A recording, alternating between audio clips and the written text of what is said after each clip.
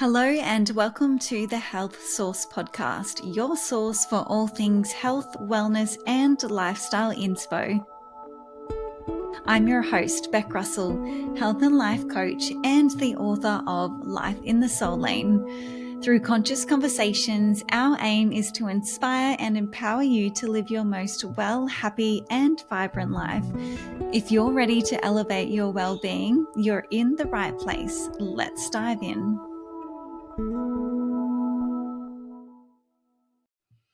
Hello and welcome to Health Source podcast. Let's get straight into today's episode. So what I wanted to start with for the first episode of the podcast is my 8 pillars for health and growth. The reason I want to share this with you is because these particular areas are going to feature a lot throughout the podcast, and these are the main pillars that you will find within all of my work as well. So I thought it'd be really nice if I introduce these concepts to you straight off the bat so that you know a lot of what is going to be covered throughout this podcast. So let's get straight into it. So the first pillar I want to talk about is what I have coined the foundations.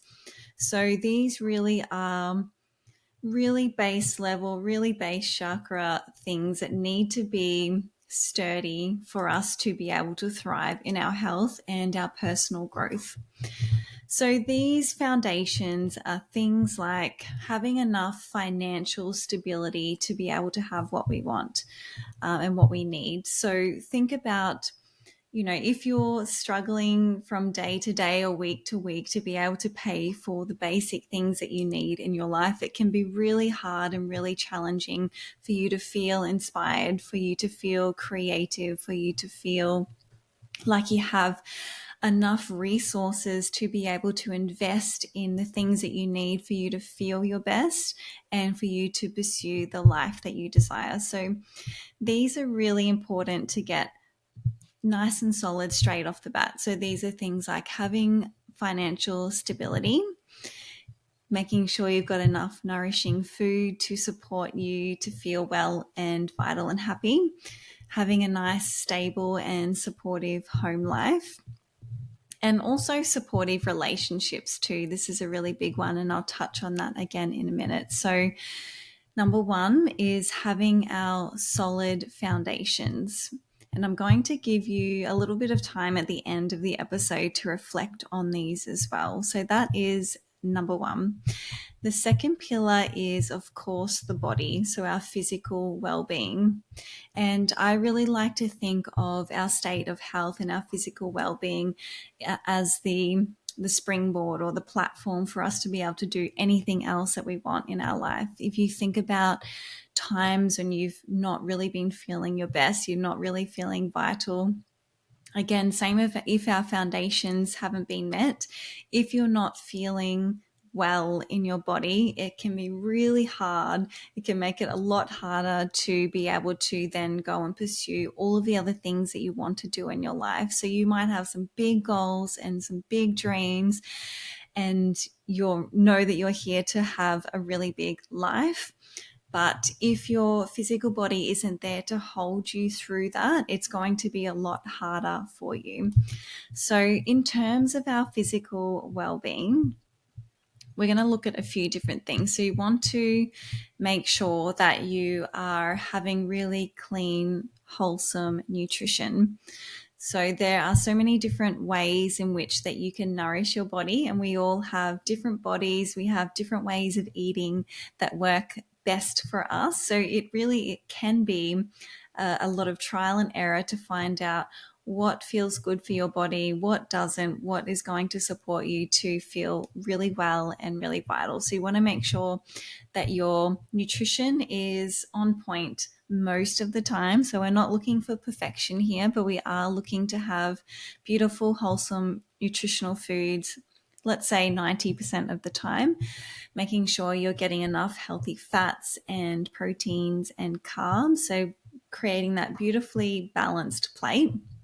So that's number 1. And you can do the best that you can here. I know the price of everything, but in particular food as well is on the increased in, like, it's really rising at the moment. So I understand that sometimes it can be challenging to invest in maybe some of the foods that you would like to be eating, but it really is a matter of prioritizing. So if you know that you want to go and shop at the bulk organic store, then maybe see if there's any ways that you can shuffle things around in your budget to be able to allow you to do that. So making sure that you've got this beautiful, wholesome, clean, nourishing food. And it's not only the food that you're eating, but it's the way that you're eating it too. So when you're sitting down for your meals, just really making sure that you're sitting down, you're being present, you're giving thanks for your food, and you're being really present in the process of eating your food so that it will be assimilated as best as possible. So that's number one in terms of our physical body. The second one is you want to make sure that you're moving your body in a way that feels good for you. So same as the nutrition, we all have different ways that we like to move. We all have different ways that our body responds, best to. And I think when it comes to exercise and movement, I think it's really important that you choose something or a few different ways to move that resonate with you, that make you feel good. Because the reason I say this is because then you are far more likely to actually do it. So if you pressuring yourself in your mind to go and do some sort of workout class that you really don't want to go to, think about the way that that feels in comparison to, say, if you prefer to go to like a Pilates class or go for a beach walk, something like that. Choose something that feels really good for you and choose something that you can commit to doing. You want to make sure you're moving pretty much every day. It is important that you take rest days as well. So this is where we have to develop our body wisdom and our body intuition to know what our body needs in each and every moment. And that's going to change from day to day, particularly as women, as we go through our monthly cycle. The body is going to need different things. So making sure that you are moving, you might even have the opportunity to do some incidental exercise throughout your day as well. So just making the most of those pockets of time and those opportunities that you can bring some movement into your body, because our bodies are designed to move. The other thing I wanted to touch on with the body is just, I guess, bringing some awareness to and just noticing, observing, taking note of any physical symptoms that you might have, being expressed in the body. So when we are experiencing symptoms, this is our body's way of communicating with us that there is some sort of imbalance in the body. So if you are experiencing any symptoms, some examples might be bloating, fatigue, you might have fertility issues or menstrual issues, you might have acne, you might have brittle nails, you might have really fine or full hair that's falling out. So it's just bringing awareness to these things, just taking note of them. And then that way you can take that information, that data, to a practitioner to help to support you, maybe run some testing, see if you are lacking in particular nutrients or something else that you can do, you can bring in or perhaps take out, that's going to help to rebalance the body and allow those symptoms to dissolve. So that's another thing as well. And just being aware of the different systems in your body. So our body is such a beautiful functioning machine. It just does its thing, but it really is supportive for us to work with the body, not against it. And again, just being aware of the different systems in your body and how you feel that they're flowing. So our nervous system, digestive system, lymphatic system, cardiovascular system, all of these different systems in the body. This ties in with just bringing that body wisdom in, bringing that self-awareness in to know when those little signals, when those systems perhaps get a little bit off balance from time to time, and how we can bring them back into balance. And like I said, these topics are going to be explored in greater depth throughout this podcast. So just bear that in mind. These are just some little tidbits for you to start working on straight away. So, pillar number 3 is the mind. And there's such a strong link between the mind and the body, obviously, and the soul, which is what we're going to get to in a moment. But in terms of your mental health, I want you to take note, and this is where a practice such as journaling or something similar can help you to, I guess, connect with your mental space and notice how you're feeling, capture it in your journal, and just notice if there's any themes that come along with that, if there are any external situations that can allow the mental health to kind of just tip off kilter a little bit. So external situations like stresses from work, stresses from family, financial stresses, these kinds of things can really obviously impact our mental health. So something to consider and something to be aware of.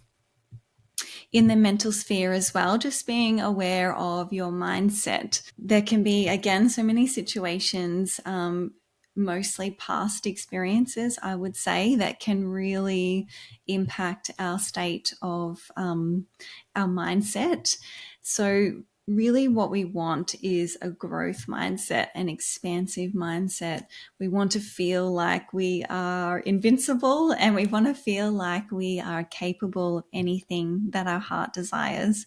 And a lot of times what happens as we travel through our life, we pick up things from childhood, we pick up things from past experiences, from work and relationships, and all of these kinds of things that start to accumulate, and we make them mean something about us, and then these can really start to turn into limiting beliefs. So it's really important to just take stock of how your mindset is. And again, journaling can be really supportive for things like this as well, just giving you a bit of a higher perspective on perhaps where you're limiting yourself in your mindset. And there's so many tools available for you to be able to reshape your mindset as well, which we will talk to in depth a little bit later on in the podcast series.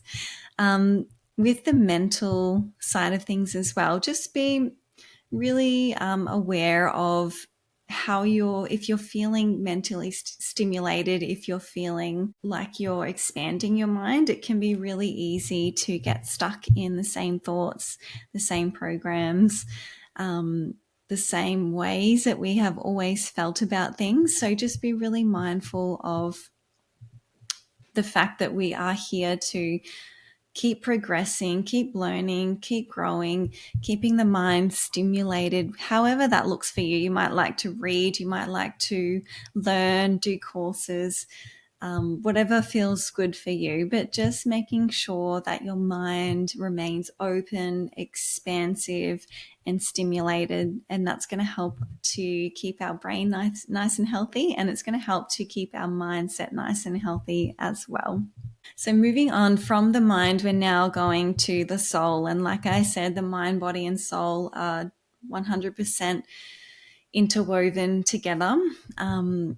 And the soul really is the heart of it all. And you can really start to connect to your soul from the heart space. And you can also start to connect to your soul, the higher self, through the third eye portal as well. So taking time each day, ideally, if you can, to sit with yourself, to sit with your soul.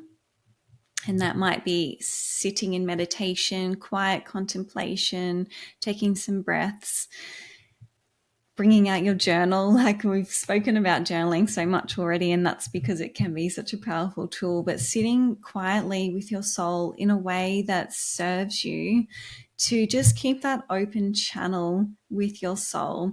Ask your soul what it needs from you. And if you're quiet and you listen, it will speak to you. There's lots of beautiful soulful practices as well that you might like to engage in. So these can be things like yoga and meditation, breath work, sound healing, maybe sitting in a cacao ceremony, something like that. taking some time alone with your soul, but also using these spiritual tools and practices. Even things like oracle cards too can just open up the doorway, a different doorway, a different portal for you to start to have a bit of a conversation with your soul as well. And you can reflect too on what lights your soul on fire? What did your soul come here to do in this lifetime? So these are some beautiful reflective questions that you can ask yourself during these times when you're sitting quietly with your soul. Moving on from the soul now, we are going to the emotions, so the emotional body. And I know a lot of us can struggle with connecting to our emotions, acknowledging our emotions and processing them. There are a lot of us who have been taught that it's not safe for us to express our emotions, but the reality is that all of us have emotions and we all experience the full spectrum of emotion. So it's really important for us to honor that, honor the emotions, honor what they are trying to share with us as well.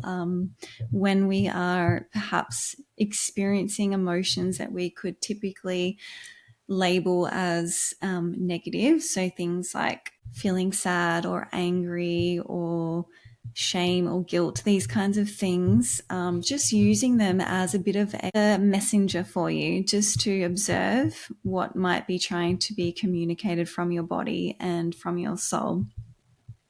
And it's really important for us to make sure that we are acknowledging and processing our emotions, because they are meant to flow, they are meant to move through us, and they can move through us quite quickly as well. So it's a lot more beneficial for us to just sit with them, acknowledge them, process them, and move them through in the moment, or as close to the moment as possible, so they don't become trapped and stuck and stagnant in the body. This is where they can start to culminate and stagnate and make a bit of a breeding ground for disease.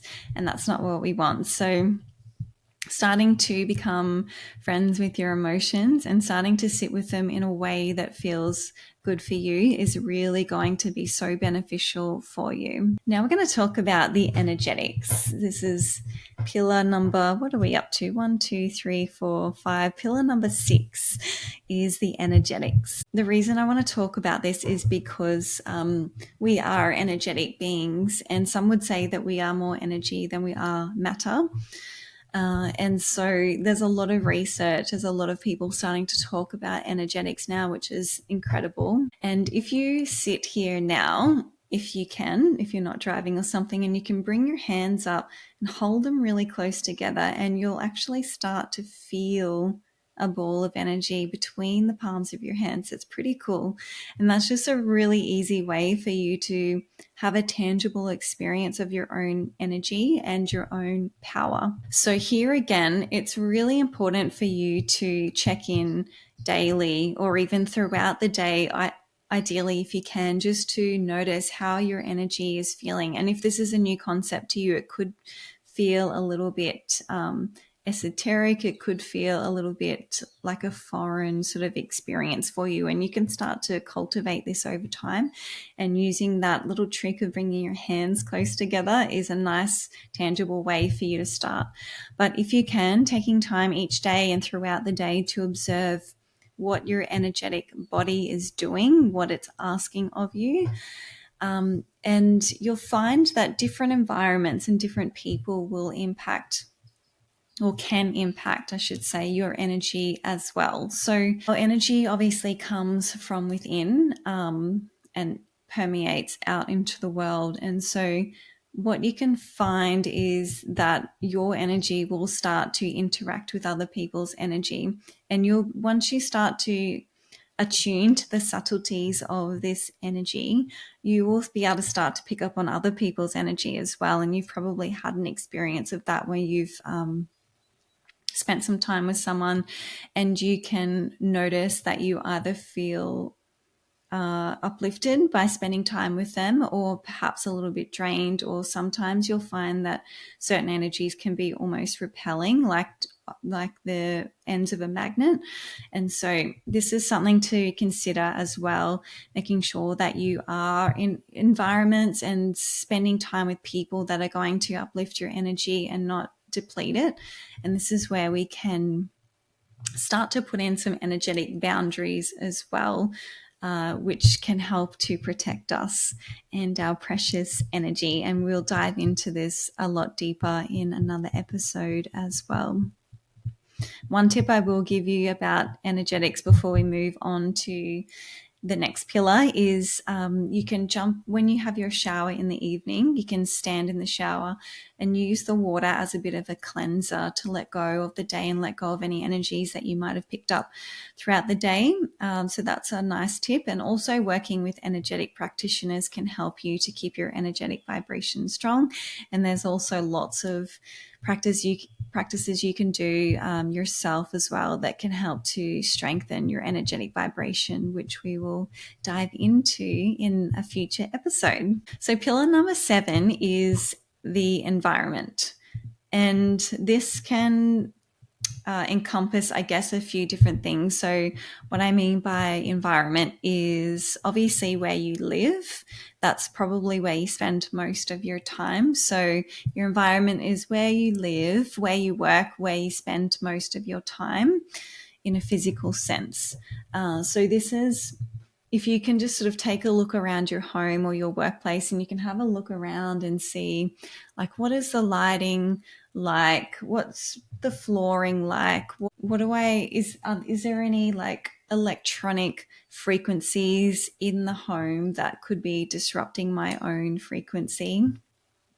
And it's also where you live geographically. So if you think about, say, for example, someone like myself who lives out of town on a property, the energy that would be surrounding that environment versus someone who lives in a small apartment in a city. So just taking all of these things into consideration, and notice how your environments feel for you, both at work and at home and anywhere else that you're spending a lot of your time. Just cultivating that self-awareness to observe how they are feeling for you and how your body is responding. As well as that, you want to just be observant to the people that you're surrounding yourself with as well. So particularly in your living environment, so whether that's family, whether you're in a relationship, or even if you live in a share house with housemates, and also the people that you surround yourself with at work and your friendship circle.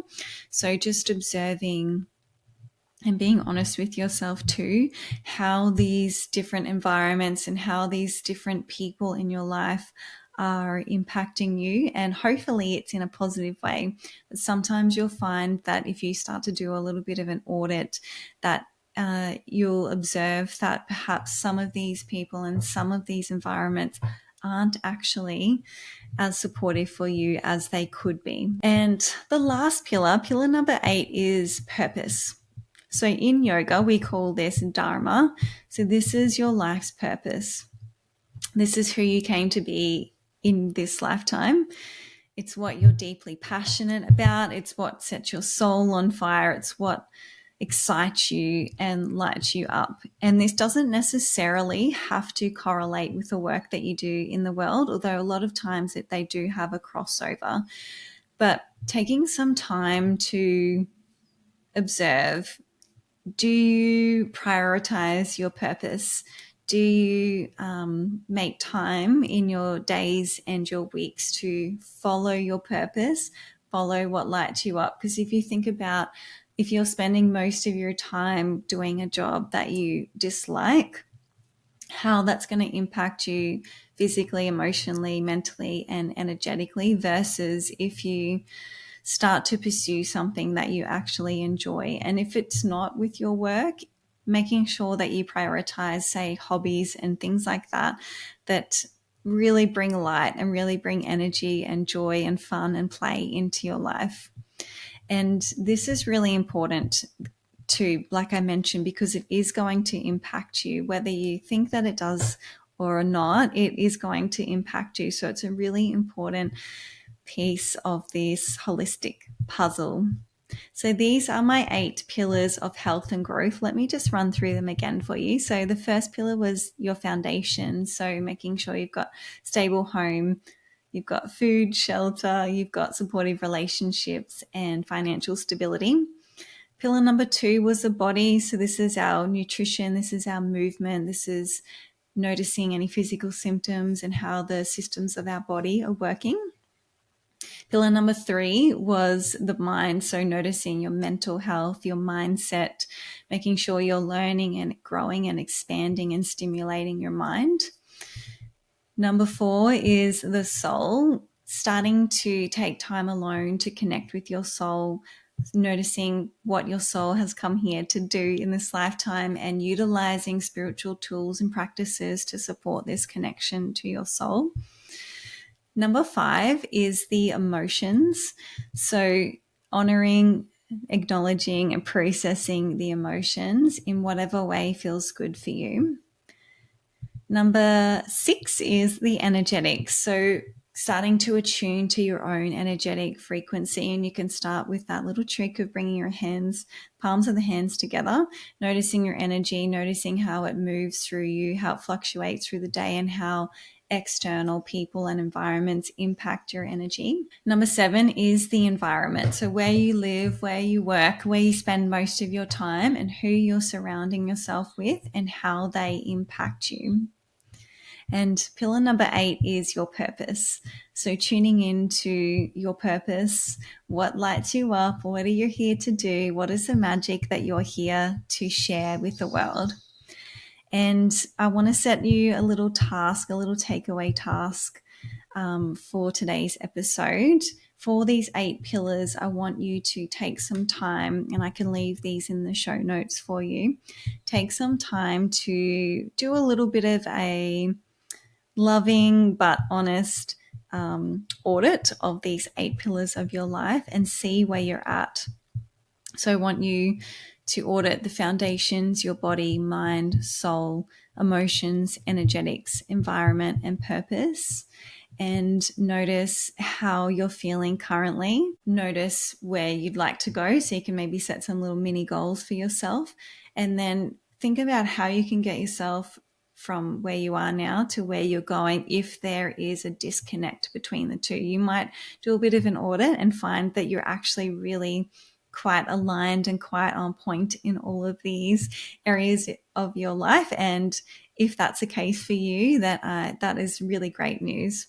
If you find there's a bit of a disconnect and there's a bit of distance and there's some work to do, this can give you some really good feedback for you to start to take small steps towards the life that you desire. Again, let's take a quick look. So we're going to audit the foundations, the body, the mind, the soul, the emotions, the energetics, the environment, and the purpose.